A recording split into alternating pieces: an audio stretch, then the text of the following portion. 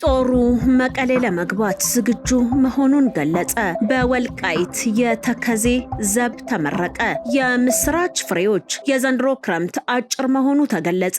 ዲሞክራሲ ያለ ልማት ባዶ ነው። ሰላም ጤና ይስጥልን። የተወደዳችሁና የተከበራችሁ የሀቅና ሳቅ ሚዲያ አድማጮቻችንና ተመልካቾቻችን የዕለቱን ወሳኝ መረጃ ይዘንላችሁ ቀርበናል። በወሳኝ መረጃ የዜና ዝግጅታችን የሀገር ውስጥና የውጭ መረጃዎችን ወደ እናንተ እናደርሳለን።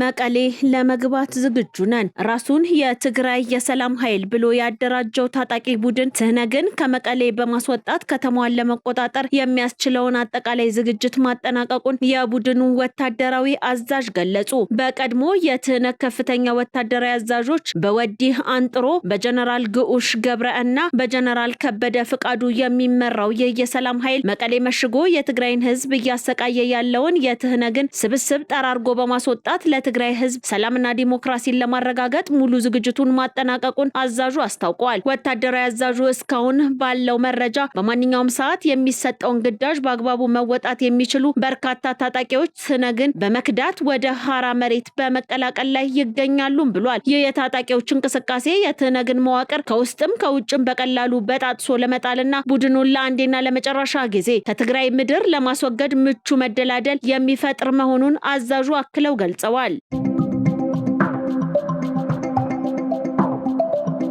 በክልሉ ያለው ግጭት የመልማት አቅምን እየጎዳ በመሆኑ ችግሩ በውይይት መፈታት አለበት ሲሉ የአማራ ክልል ምክር ቤት አሳሰበ። በአማራ ክልል እየተካሄዱ ያሉ ግጭቶችና ጦርነቶች የመልማት አቅምን እየጎዱ መሆናቸውንና ችግሮችን በውይይት መፍታት እንደሚገባ የምክር ቤት አፈ ጉባኤዋ ፋንቱ ተስፋዬ ገልጸዋል። አክለውም ዲሞክራሲን ብቻ ያለ ልማት ማሰብ ባዶነት ወይም ህልም እንደሆነም ነው ያብራሩት። አፈ ጉባኤዋ ይህንን ያሉት በዛሬው ዕለት በጀመረው የክልሉ ምክር ቤት ስድስተኛ ዙር 5ኛ ዓመት የሥራ ዘመን 12ኛ መደበኛ ጉባኤ ላይ ንግግር ባደረጉበት ወቅት ነው። አፈ ጉባኤዋ ሀገሪቱ ትልቅ እቅድና ታሪክ ያላት ብትሆንም በስልጣኔም ደረጃ ሲታይ ሰፊ ውስንነት ያላት፣ ዜጎቿም ከጉስቁልና የተላቀቁ አይደሉም በማለት ጠቁመዋል። በክልሉም ያለው ችግር ከፍ ያለ መሆኑንም ገልጸዋል። ሀገሪቱ ባላትም አቅም ልክ ብልጽግናዋን ያላረጋገጠች ናትም ብለዋል። የአማራ ክልልም ውስንነት አለበት ያሉት አፈ ጉባኤዋ በአንዳንድ የልማትና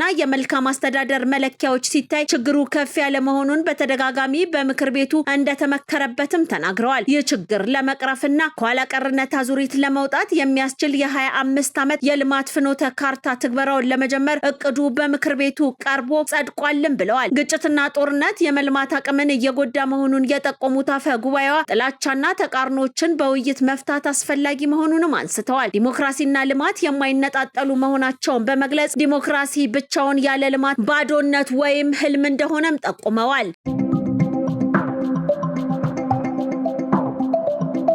በወልቃይት የተከዜ ዘብ ተመረቀ። የተከዜ ዘብ የህልውናችን የማንነታችን ዋስትና ደጀን ነው። ኮሎኔል ደመቀ ዘውዱ በወልቃይት ጠገዴ ሰቲት ሁመራ ዞን ላለፉት ጊዜያት ሲሰለጥኑ የቆዩ የተከዜ ዘብ አባላት ተመርቀዋል። በምርቃት ስነ ስርዓቱ ላይ የዞኑ ዋና አስተዳዳሪ አቶ አሸተ ደምለው፣ የዞኑ ምክትል አስተዳዳሪና የሰላምና ጸጥታ መምሪያ ኃላፊ ኮሎኔል ደመቀ ዘውዱ፣ የዞኑ ፖሊስ መምሪያ ኃላፊ ኮማንደር ወለላው ተገኘ፣ የዞኑ ከፍተኛ ኃላፊዎች፣ የወረዳና የከተማ አስተዳደር ኃላፊዎች፣ ተጋባዥ እንግዶችና ተመራቂዎች ተገኝተዋል። የዞኑ ዋና አስተዳዳሪ አቶ አሸተ ደምለው ባለፉት 6 ዓመታት ህዝቡ በርካታ ድሎችን ማስመዝገቡንና ቀደም ሲል ተነፍጎት የነበረውን ነጻነት ማግኘቱን ገልጸዋል። የተገኘውን ነጻነትና ሰላም በዘላቂነት እንዲጸና የሁሉም ዜጋ ኃላፊነት መሆኑንም አስገንዝበዋል። ተመራቂዎች የአካባቢያቸውን ሰላምና ጸጥታ በመጠበቅ ረገድ የተሰጣቸውን ኃላፊነት በብቃት መወጣት እንደሚገባቸው አስተዳዳሪው ጠቁመዋል። በተለይም ለሰላም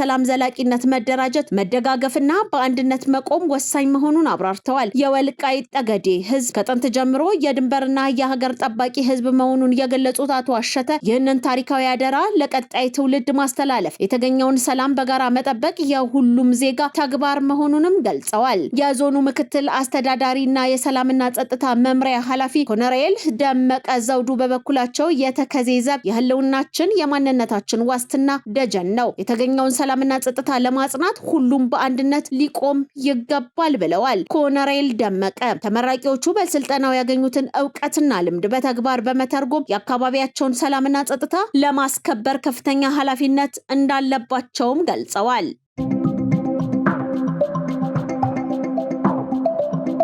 የአረንጓዴ አሻራ የምስራች ፍሬዎች ከምግብ ዋስትና እስከ ማይክሮ ኢኮኖሚ ደጋፊነት በኢትዮጵያ ታሪክ የተፈጥሮ ሀብት ጥበቃና ማቀናጀት የምግብ ዋስትናን ማረጋገጥ ለዘመናት ፈታኝ ሆኖ ቆይቷል። የተፈጥሮ መዛባት ደግሞ የችግሩ ዋና መንስኤ ነበር። ይህንን የስነ ምህዳር መዛባት ለመቀልበስ በ2011 ዓ.ም የተጀመረው የአረንጓዴ አሻራ መርሃ ግብር የምስራች ፍሬውን ማፍራት ጀምሯል። እነዚህ የምስራች ፍሬዎች ለአካባቢ ጥበቃ፣ ለምግብ ዋስትናና ለማይክሮ ኢኮኖሚ እድገት ዋነኛ ደጋፊ ሆነዋል። በመርሃ ግብሩ ላይ ከተተከሉ ከ48 ቢሊዮን በላይ ችግኞች መካከል አብዛኛዎቹ ሁለገብ ጠቀሜታ ያላቸው የግብርና ደንና የፍራፍሬ ዝርያዎች ናቸው። ይህ አካሄድ የአካባቢው ጥበቃ ዓላማ ከኢኮኖሚያዊ ተጠቃሚነት ጋር አዋህዶታል። የተተከሉት ፍራፍሬዎች ከሀገር ውስጥ ፍጆታ አልፈው ለውጭ ምንዛሪ ግኝት ከፍተኛ አስተዋጽኦ እያበረከቱ ይገኛሉ። የአረንጓዴ አሻራ በሀገር ውስጥ የምግብ ዋስትና ላይ ያመጣው ለውጥ ጉልህ ነው። በኦሮሚያ፣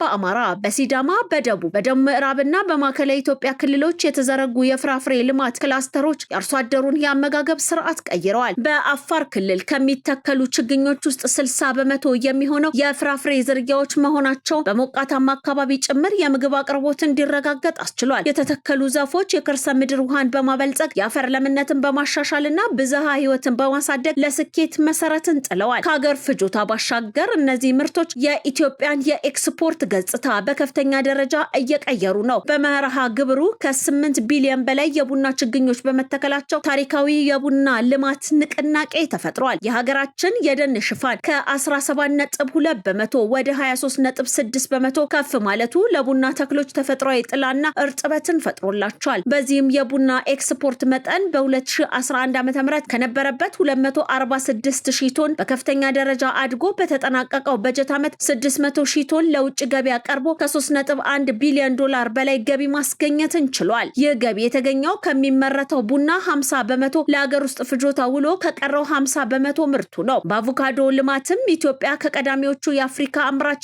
ላኪ ሀገራት ተርታ ለመሰለፍ በቅታለች። በተለይም ሃስ እና ኢቲንገር በተባሉ የተሻሻሉ ዝርያዎች ላይ በተደረገ ትኩረት የአቮካዶ ኤክስፖርት በየዓመቱ የ36.3 በመቶ እድገትን እያሳየ ነው። በኦሮሚያ ክልል ጅማ ዞን ብቻ ዘንድሮ 70 ሺህ ኩንታል አቮካዶ ለውጭ ገበያ የቀረበ ሲሆን አርሶ አደሮችም ከዓለም አቀፍ ኩባንያዎች ጋር በቀጥታ የገበያ ትስስርን ፈጥረዋል። ምርታችንን ከሐምሌ እስከ መስከረም ባለው ጊዜ ለዓለም ገበያ ማቅረባችን ደግሞ በሌሎች አምራች ሀገራት እንደ ፔሩ ባሉ ምርት በሚያልቅበት ወቅት የሚፈጠረውን ክፍተት በመጠቀም የተሻለ ተፈላጊነትና ዋጋ እንድናገኝ ተደርጓል። ልማቱን ለማስፋፋት በብሔራዊ የአቮካዶ ልማት ፕሮግራም 38.57 ቢሊዮን ብር ተመድቧል። ይህንን እያደገ የመጣ ምርት በዘመናዊ መንገድ ለዓለም ገበያ ለማቅረብ ከሀገር በቀል ኢኮኖሚ ማሻሻያ ጋር የተናበቡ ሰፊ የሎጂስቲክስ ስራዎች እየተሰሩ ናቸው። በሞጆ ደረቅ ወደብ በ50 ሚሊዮን ዶላር ወጪ የኩል ፖርት አዲስ ቀዝቃዛ ማከማቻ በመገንባት ላይ ሲሆን የኢትዮ ጅቡቲ ባቡር መስመርን በመጠቀም ፍራፍሬዎችን በማቀዝቀዣ ኮንቴነሮች ወደ ውጭ መላክም ተጀምሯል። በተጨማሪ በሲዳማ ክልል የሚገኘው የይርጋለም አግሮ ኢንዱስትሪ ፓርክ ከአቮካዶ የምግብና የኮስሞቲክስ ዘይት በማምረት እሴት የተጨመረበት የኢንዱስትሪ ምርት ወደ ውጭ በመላክ ተጨማሪ የውጭ ምንዛሪ ተገኝቷል። በቀጣይም ዳሚያና ኮኮዋ ያሉ አዳዲስ ዝርያዎች በጥላ ስር ሰብልነት መልማታቸው የኤክስፖርት አማራጮቻችንን ይበልጥ ያሰፋል። የአረንጓዴ አሻራ መርሃ ግብር አርሶ አደሩ ዛፎችን ተንከባክቦ ቀጥታ የኢኮኖሚ ተጠቃሚ እንዲሆን በማድረግ የአስተሳሰብ ሽግግርን ያመጣ ሲሆን ለ1.2 ሚሊዮን ዜጎች የስራ እድልም ፈጥሯል። በዚህ መሰረት የአረንጓዴ አሻራ ኢትዮጵያ ወደ ዘላቂ የማይክሮ ኢኮኖሚ እድገት እያሸጋገረ ያለ ብሔራዊ የልማት ማዕቀፍ ነው። ዘገባው የኢቢሲ ነው።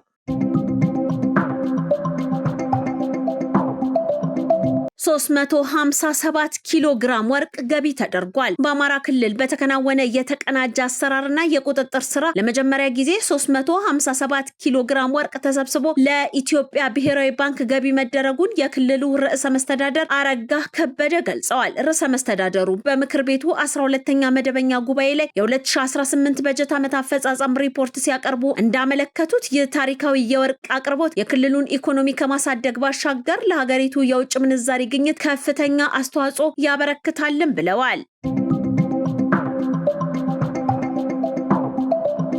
የዘንድሮ ክረምት አጭር ነው ተባለ። የምስራቅና የመካከለኛው ፓሲፊክ ውቅያኖስ የባህር ወለል ሙቀት መጨመር በነሐሴ ወር የኤልኒኖ ክስተትን ሊያስከትል እንደሚችል የኢትዮጵያ ሜትሮሎጂ ኢንስቲትዩት አስታወቀ። በዚህ ምክንያት በተለይም በምስራቅ፣ በሰሜን፣ በትግራይ እንዲሁም በመካከለኛ ምዕራብ አማራ አካባቢዎች የክረምቱ ዝናብ ከተለመደው ቀደም ብሎ የመቋረጥ ከመደበኛ በታች የመሆን እድል እንዳለው ተጠቁሟል። ኢንስቲትዩቱ የሚያስከትለውን የዝናብ እጥረትና ተጽዕኖ ለመቋቋም አርሶ አደሮች በአጭር ጊዜ የሚደርሱና ድርቅን የሚቋቋሙ ዘሮችን እንዲጠቀሙ እንዲሁም የውሃ ማሰባሰቢያ ስራዎችን እንዲያጠናክሩም አሳስቧል።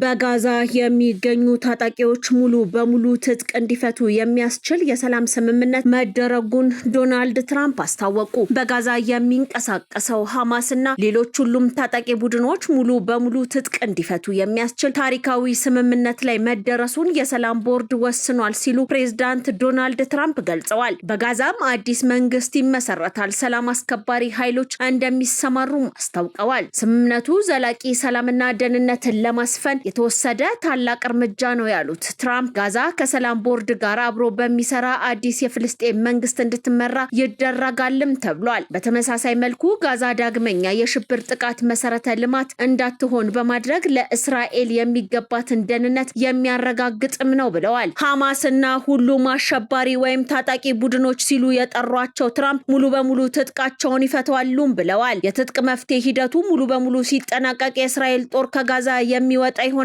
ተብሏል። የእስራኤል ጦር ከወጣ በኋላ ዓለም አቀፍ የጸጥታ ማረጋጋያ ኃይል በአዲስ ከሚዋቀረው የፍልስጤም ፖሊስ ጋር በመሆን የአካባቢን ሰላም ደህንነት የማስጠበቅ ኃላፊነት ይረከባልም ነው ያሉት። ይህ ስምምነት ውል የትራምፕን 20 ነጥብ የሰላም እቅድ ተግባራዊ ለማድረግ የተደረገ ዋና እርምጃ ነው። ፕሬዝዳንት ዶናልድ ትራምፕ ለዚህ ታሪካዊ የሰላም ስምምነት መሳካት አስተዋጽኦ ላደረጉ አደራዳሪ ሀገራት ግብጽ፣ ኳታር፣ ቱርክ እንዲሁም ለስራ ቡድናቸው ከፍተኛ ምስጋናን አቅርበዋል። ከአንድ ዓመት በፊት በቦታው ይካሄድ የነበረው አሰቃቂ ጦርነት፣ ሰብአዊ ውድቀትና የእገታ ሁኔታ ይታወሳል በማለት ጦርነቱ ከተጀመረ ጥቅምት 7 ጀምሮ ከጋዛ የተነሳው ስጋት ዳግም እንዲያንሰራራ እንደማይፈቅዱ የገለጹት ትራምፕ አዲሱ የፍልስጤም መንግስት ህዝቡን በትክክል የሚያገለግል እንደሚሆንም ገልጸዋል።